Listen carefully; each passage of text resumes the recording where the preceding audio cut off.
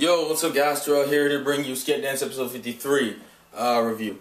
Now I want to say, preemptive save before anyone wonders, this review isn't going to be as hype and nothing against the episode itself, nothing against the episode, nothing against Sket Dance. Just let me explain. I watched the episode I think twice this morning, and then I went to work, and then Clannad and its ridiculousness kind of took over the rest of the day after I got home from work. If I've uploaded that Clannad rambling / rant, kind of me losing my shit video, you'll understand why. But as I said, I had the intention I had was to rewatch it before I did this review, but I was like, nah, I'm gonna just review it. Then I gotta watch Madaka Box episode 2, and I think the Rock Lee spinoff, and I might skip Naruto again because it's just flashback bullshit. It's like 10th anniversary special bullshit in me. Anyways, so we introduced the Koma this week. It's exactly what I expected in terms of her relation to the main cast. Essentially, it's Roman's like disciple's friend's friend. So like she's a friend of Roman's friend, essentially. And I'm not gonna lie, she was pretty funny. I enjoyed the hell out of her. I still say, I think Phil Jason was like he loved Koma. I really like Koma. I like Saya more though. That's just me. I like Saya more. Koma, now to explain Koma's gimmicks, essentially Koma has a few. Koma is the shy girl. But almost like a lot of the shy girls, she's very full-figured, meaning she's fun. And if you don't understand why I said that, it's because I'm black and black people go fine. We don't go fine, we go fine. Anyways, she's full figured. She's the typical shy Hinata-ish type girl. She's retardedly strong.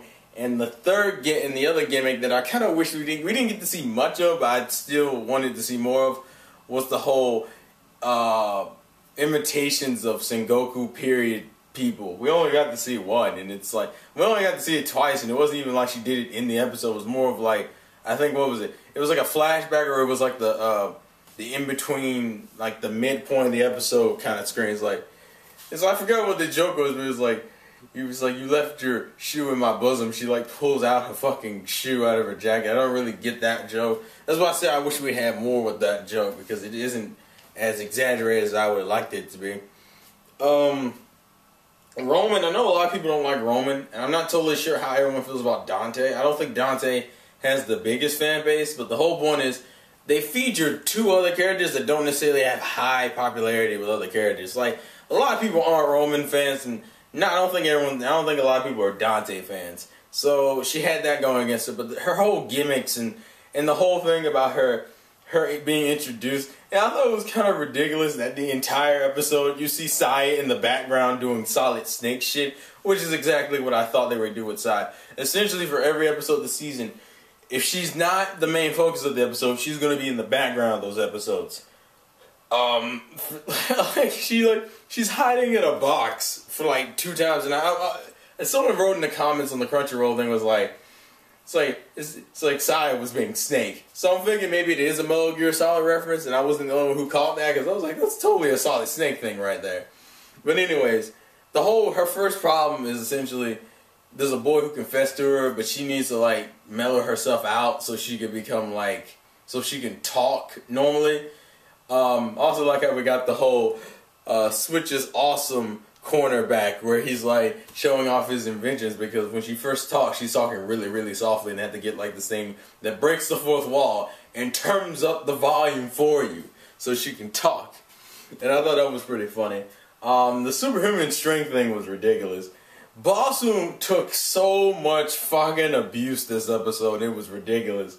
Nigga was thrown against walls, knocked out fucking windows. This nigga was sent flying in the air. It was ridiculous. And all because he had to follow the typical shonen stereotype that he had to say the wrong shit in front of women. I think almost every shonen character has this problem. They always say the wrong shit in front of women. Luffy can get away with it because Bo Hancock doesn't give a fuck. And sure hope she's a crybaby. But the whole point is that he has that same problem. He said the wrong thing in front of her. I forget what it was. He's like, I want to give you my heart. Because the problem with her is she has like a, I don't know, this is the first, she has like a moe reaction instead of, you know how tsunderes are more prone to hit? I like the fact that, actually I think that's the joke between Koma and Sai as characters, that Koma has the tsundere response of being embarrassed, while Saya has the shy girl response. Like she doesn't ever hit. She's like verbally abusive, but she's never hit Boston.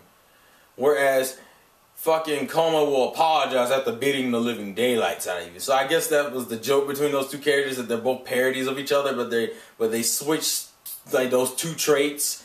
I thought that was pretty funny. I actually think that's a nice joke within itself if you're able to catch it. That essentially she's like moe and she's like Saya tsundere, Koma's moe, and they switched two part of their personalities over. Because all Saya does is blushes and calls him stupid. That's all she does. Before I go any further, I guess I should talk about opening 5. We got opening 5 this week. I liked it. I'm assuming there's a lot of drama that's going to play out for these next few episodes, for the episodes for this season, or at least for this opening. The weirdest thing in the opening, I like the song. I thought it was good. The weirdest thing in the opening, honestly, is Tsubaki dressed like a cat running around. I didn't understand that, but I believe we'll probably get to the Tsubaki Daisy stuff. And to explain what the Tsubaki Daisy stuff is, when I was looking through the chapters, because what happened is, during Ogress, I kept checking the chapters to see how much they correlated, and everyone knows Ogress is the one that deviates the most from its manga counterpart, but that's besides the point. When I was looking at some of the chapter names, there's like 4 chapters called Tsubaki and Daisy, Part 1, Part 2, Part 3, Part 4. I'm thinking that might get addressed in this chunk of episodes. Also, there's a lot of romance shit going on, because you see Saya a lot.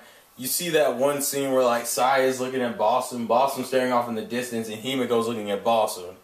There's also a random scene where like Boston's inside in Kimiko's bed, and if I understand apparently that's hilarious from the circumstances that lead to this. I also think there's something dealing with Switch, because there's 2 scenes. There's the Momoka thing with Switch when they're holding the umbrellas and Momoka slips and the umbrella clashes and shit. There's some shit with Momoka that may happen with Switch. And then there's another scene where like Switch reaches out and grabs the arm of a person, but we don't know who he grabs. So that means there'll be more Switch related stuff. And then it's kind of just typical fun Sket dance shit in the opening. And I really like that. Like how they had Koma be like Godzilla and shit. You had like almost all the female characters painting on the Sket dance wall, and then Boston texts Tsubaki a picture of the rainbow and all this other shit. You know, it was fun. I like the opening. But to get back to the episode, the first half is really just dealing with her issue and Boston getting tossed around like a fucking rag doll.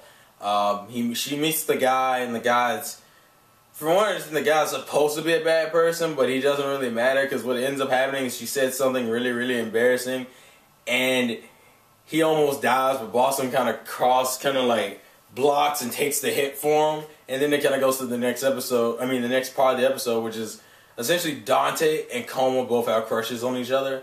Like, they saw each other and they automatically kind of started like having crushes, which I thought was cool, because we haven't really seen Dante in a true romantic-ish episode, which was hilarious to have these two characters do it, because they both suck at speaking. Koma talks too softly, and Dante speaks in fucking Visual K lyrics and rhymes, and I don't even know what the fuck, like, and it was ridiculous, because the entire damn time they're trying to talk to each other, Himiko and Balsa had to play, like, also like that one scene with Hosuke, where Dante's like, ugh, and Hosuke's over there with his feather, like, oh, and I was like, Hosuke, is that what you're gonna do? You're gonna pop into episodes and troll the shit out of certain characters? I thought it was hilarious. I also like how the entire time Boston's getting slammed into the wall, and the one time you would expect Roman to be really hyperactive and be like, no, G-Sama, and all this other shit, she actually just really chilled out. She's just like, oh, the Sket dance is lively. Sket dance is lively, because Koma was like throwing him into the wall, where the next door was where Roman and her friend were at, which I forget her name right off the top of my head. But like the entire time is like, Bossoon is translating for what was it? I think half of the time I think Boston was saying things that embarrassed Koma and got himself hurt, while the other... Also, they made a joke about him hitting the wall and he turned into a fossil. And Switch called him Bossosaurus. And I was like, really? Because Koma hit him to the wall, and I think that one... I like how Himiko was like, oh, I'm sorry, Boston, but that one time, that one was funny. I was like, Himiko, you a dick for that one. How you gonna just... Nigga just got hit to a fucking wall. He fucked up for that. But essentially what's happening is, like, Dante's trying to, like, compliment her on her figure and, like, her beautiful and her, like, talk. Essentially, he's trying to compliment her physical appearance, and because it's Dante and because Boston would get hurt in the process, they're, like, misconstruing everything he says. I also like when Dante randomly speaks English, because there's, like, a point where, like, because Dante comes in there first mentioning he has a crush on a girl, and they do this 2 scenes where they're like, yeah, congratulations, tell us what she's like, ha ha ha. And then, like, you just see Dante go, no violence, no violence. Like,